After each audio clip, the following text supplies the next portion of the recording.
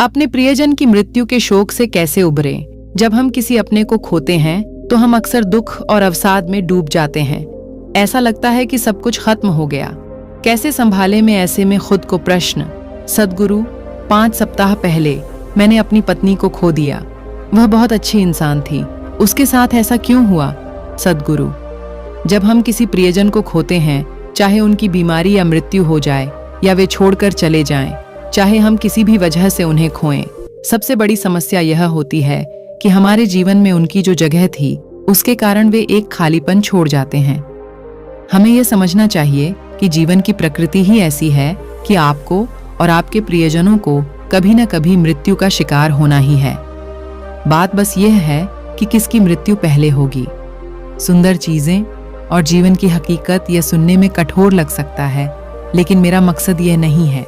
इन चीजों को समझना बहुत महत्वपूर्ण है, वरना हम खुद को सुंदर चीजों से बहलाते रहेंगे, जिनसे आज तो हमें तसल्ली मिल जाएगी, मगर कल हकीकत फिर से हमें तड़पाएगी।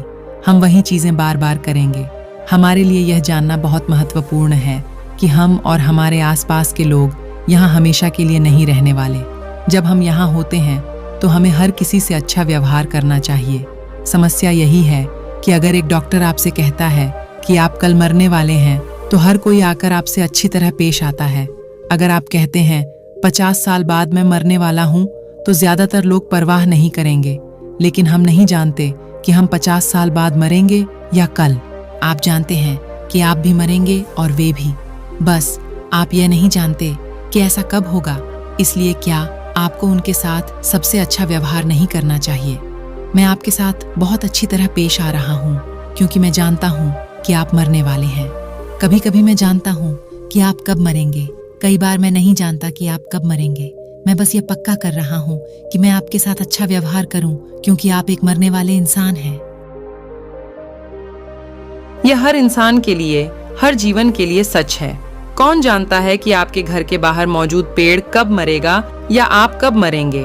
आप नहीं जानते। दुख के नहीं, खुशी के आंसू इसलिए जब कोई ऐसा इंसान गुजर जाता है जो हमें प्रिय होता है, तो पहली बात हमें यह समझनी चाहिए कि वे इसलिए हमें प्यारे होते हैं क्योंकि उन्होंने किसी न किसी रूप में या शायद बहुत से रूपों में हमारे जीवन में कुछ जोड़ा होता है।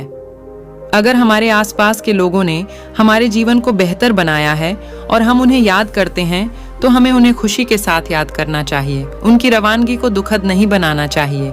उन्होंने हमारे जीवन को बेहतर बनाया, हमारे साथ अपनी मिठास बांटी, उसके लिए हमें उनकी कद्र करनी चाहिए।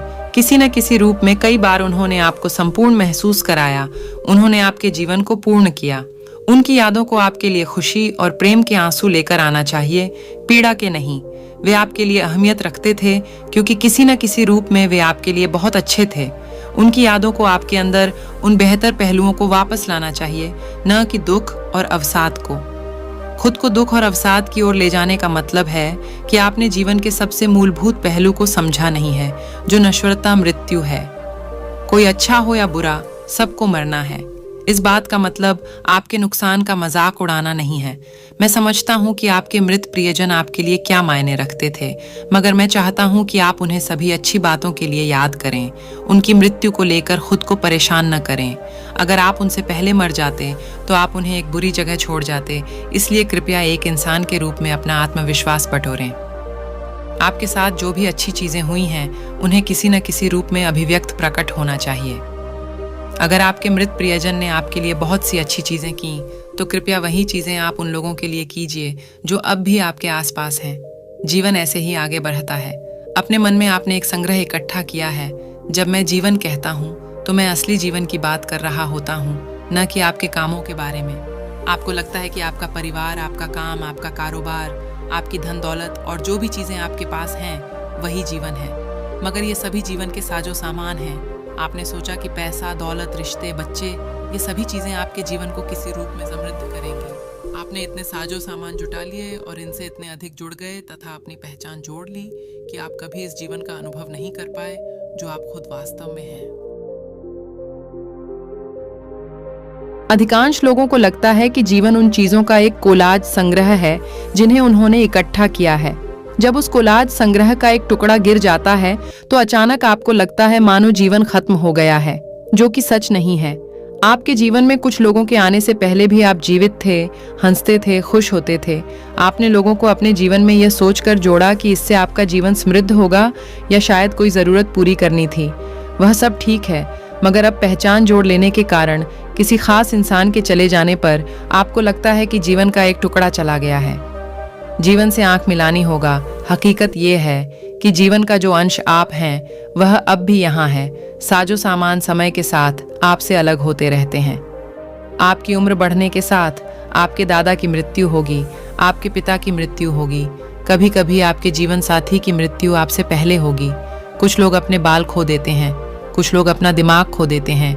ये कोई मजाक नहीं है। कुछ लोग अपने शरीर के अंग खो देंगे, कुछ लोग रिश्ते खो देंगे, कुछ लोग चीजें, सत्ता, पद या पैसा खो देंगे। आपको किसी न किसी दिन पर्दा गिराना ही पड़ेगा। आप जितनी जल्दी अपना भ्रम दूर कर लें उतना अच्छा है। आप सचेत हो सकते हैं या अवसाद में जा सकते हैं। यह चुनाव आपको करना है। यह सब आपके जाने की तैयारी है। आपका बोझ थोड़ा थोड़ा करके कम होता रहता है ताकि जब आप जाएं तो अधिक आसानी से चले जाएं। यह कोई दर्शन फिलॉसफी नहीं है। जीवन इसी तरह घटित होता है।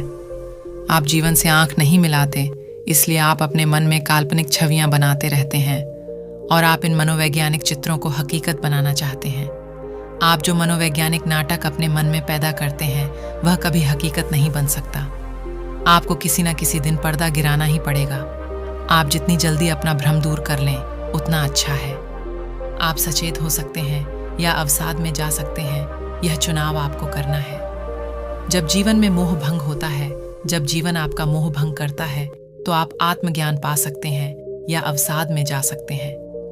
जब सभी भ्रम दूर हो जाते हैं तो इसे आत्मज्ञान कहते हैं। फिलहाल आप भ्रमों से चिपके हुए हैं, उन्हें अहमियत देते हैं और उनसे इतना जुड़ जाते हैं कि आप उन्हें बनाए रखने के लिए लड़ते हैं। यह माया है। ये इस तरह चलती रहती है मानो असली हो और अचानक से गायब हो जाती है। कुछ हद तक आप हमेशा से यह जानते थे। आप जैसे ही पैदा हुए तब से आपकी घड़ी टिक टिक कर रही है और एक दिन वह रुक जाएगी। हम उसे आगे बढ़ाने की कोशिश करते हैं, हम उसे धीमा करने की कोशिश करते हैं, हम अपने पास बचे हुए समय का बेहतरीन इस्तेमाल करने की कोशिश करते हैं, हम उसे जितना संभव हो गहन बनाने की कोशिश करते हैं। ये बहुत महत्वपूर्ण है कि जीवन आपको छुए, जीवन आपको गहराई से छुए। इसके लिए आपको वो दुनिया तोड़नी होगी जो आपने अपने मन में बना रखी है। अगर आप अपने छलावों को नहीं तोड़ेंगे तो जीवन के सबसे गहन आयाम कभी आपको नहीं छू पाएंगे। सिर्फ नाटक चलता रहेगा। ये सिर्फ किसी की मृत्यु का प्रश्न नहीं है, ये जीवन के बारे में आपकी बुनियादी अज्ञानता की बात है। अब समय है कि आप सचेत हो जाएं। अगर आपके सभी भ्रम अभी टूट जाएं, अगर आप भ्रमों से पूरी तरह मुक्त हो जाएं, तो आप आत्मज्ञानी हो जाएंगे। मगर आप खुद को भ्रमों से मुक्त नहीं होने देते। एक भ्रम टूटता है तो आप दूसरा बना लेते हैं। माया एक दिन अचानक से टूट जाती है। एक बार नारद किसी गांव में गए और पहले घर के दरवाजे पर दस्तक दी। दरवाजा खुला और एक बहुत सुंदर युवती ने दरवाजा खोला। नारद ने उसकी ओर देखा तो उन्हें मानो बिजली का झटका लगा। वह पूरी तरह उस पर आसक्त हो गए। उन्होंने युवती के पिता से उसका हाथ मांगा। पिता तैयार हो गए। नारद ने युवती से विवाह कर लिया। आपके मन में जो घटित हो रहा है वह ऐसा ही है। यह जीवन से अधिक बड़ा हो गया है, मगर एक दिन रोशनी जरूर आएगी। वह आत्मज्ञान की रोशनी होगी या आपके चिता की। यह आपको चुनना है। विवाह के बाद उन्हें अपने और अपनी पत्नी के लिए एक छोटा सा घर बनाया और जमीन जोतना शुरू कर दिया। फिर जैसा कि होता है, बच्चे हुए, 1, 2, 3, 4, 5। बच्चे बड़े हुए, उनकी शादियां हुई और उनके भी बच्चे हुए। प्यारे प्यारे नाती पोते इधर उधर दौड़ते रहते थे। सब कुछ बहुत बढ़िया चल रहा था। तभी नदी ने अपनी धारा बदल ली और उसमें बाढ़ आ गई। बाढ़ में गांव बह गया। नारद अपनी पत्नी, बच्चों और छोटे छोटे शिशुओं के साथ पेड़ पर चढ़कर बैठ गए, मगर बाढ़ का पानी बढ़ता रहा। प्यारे प्यारे बच्चे पानी में बह गए। नारद फूट फूट कर रोने लगे। फिर एक एक करके उनके बच्चे, उनकी पत्नियां सभी बह गए। वह अपनी प्रिय पत्नी को कसकर पकड़े रहे, मगर कुछ समय बाद वह भी बह गई। फिर उन्हें अपने जीवन की चिंता होने लगी। निराश होकर हर किसी को खोने के बाद वह जोर से चिल्लाए, कृष्णा। कृष्ण बोले, मेरा पानी का गिलास कहाँ है? फिर नारद उठ बैठे और बोले, मगर मुझे क्या हुआ था? कृष्ण ने कहा, यही माया है। माया का मतलब है कि आप अपने मन में इतने सारे भ्रम बुन लेते हैं कि वे असली से भी अधिक वास्तविक लगने लगते हैं। जो आपके मन में आपकी भावनाओं में घटित हो रहा है वह वास्तविक से कहीं अधिक वास्तविक हो जाता है। ये सिनेमा थिएटर की तरह है, वो रोशनी और ध्वनि का 2 आयामी नाटक होता है। मगर आप जिन लोगों के साथ 25 सालों से रह रहे हैं उनसे अधिक सिनेमा के सितारों से प्यार करने लगते हैं। आपने असली जीवन में इन सितारों को देखा तक नहीं है, मगर वे जीवन से कहीं अधिक बड़े दिखते हैं। आपके मन में जो घटित हो रहा है वह ऐसा ही है, यह जीवन से अधिक बड़ा हो गया है। मगर एक दिन रोशनी जरूर आएगी। वह आत्मज्ञान की रोशनी होगी या आपके चिता की, यह आपको चुनना है।